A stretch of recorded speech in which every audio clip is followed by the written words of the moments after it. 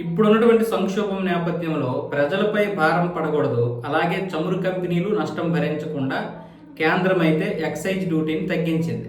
ఎందుకు అంటే ఇప్పుడు ఇటు రేట్లు పెంచేస్తే ప్రజలు తీవ్రంగా ఇబ్బందికి గురవుతారు, అలాగే ద్రవ్యోల్బణం కూడా దెబ్బతింటది.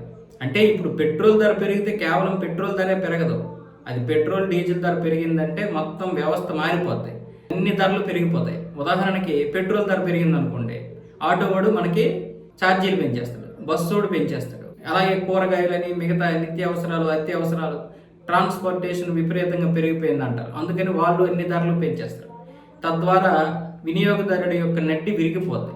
అందుకోసమని కేంద్రం ఎక్సైజ్ డ్యూటీని తగ్గించింది. అంటే కేంద్రమే ఈ నష్టాన్ని భరిస్తుంది. అటు చమురు కంపెనీలకు కూడా నష్టం రాకుండా ఈ యొక్క నిర్ణయం తీసుకుంది. ఎందుకంటే ఇప్పటి వరకు అవి ఏవైతే రష్యా దగ్గర చమురుని దిగుమతి చేసుకున్నాయి రాయితీలతో, ఆ యొక్క రాయితీలు ఉన్నాయని, అంటే ఆ యొక్క లాభాలని ఇప్పటి వరకు అవి సర్దుకున్నాయి. మొన్నటి వరకు కూడా ఇక నుంచి మా వల్ల కాదు, మాకు నష్టాలు వస్తాయని కేంద్రం దగ్గర చెప్పడంతో కేంద్రము వినియోగదారుడి మీద నెట్టి విరపకుండా ఈ విధమైనటువంటి ఎక్సైజ్ డ్యూటీ తగ్గించాయి అన్నమాట. ఈ విషయాన్ని నిర్మలా సీతారామన్ గారి స్వయంగా చెప్పడం జరిగింది.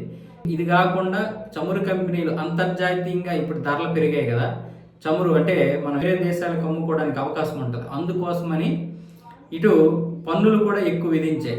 డీజిల్ ఎగుమతి పైన 22 రూపాయలు, అలాగే విమానాలకు సంబంధించినటువంటి ఫ్యూయిల్ మీద 30 రూపాయలు అయితే ఎగుమతి ఛార్జీలు విధించడం జరిగింది. అంటే అంతర్జాతీయంగా ఎవరికైనా ఒక శ్రీలంకకో లేకపోతే మాల్దీవులకో లేకపోతే ఇతర దేశాలు చిన్న చిన్న దేశాలకి అమ్ముతుంటాయి మన కంపెనీలు.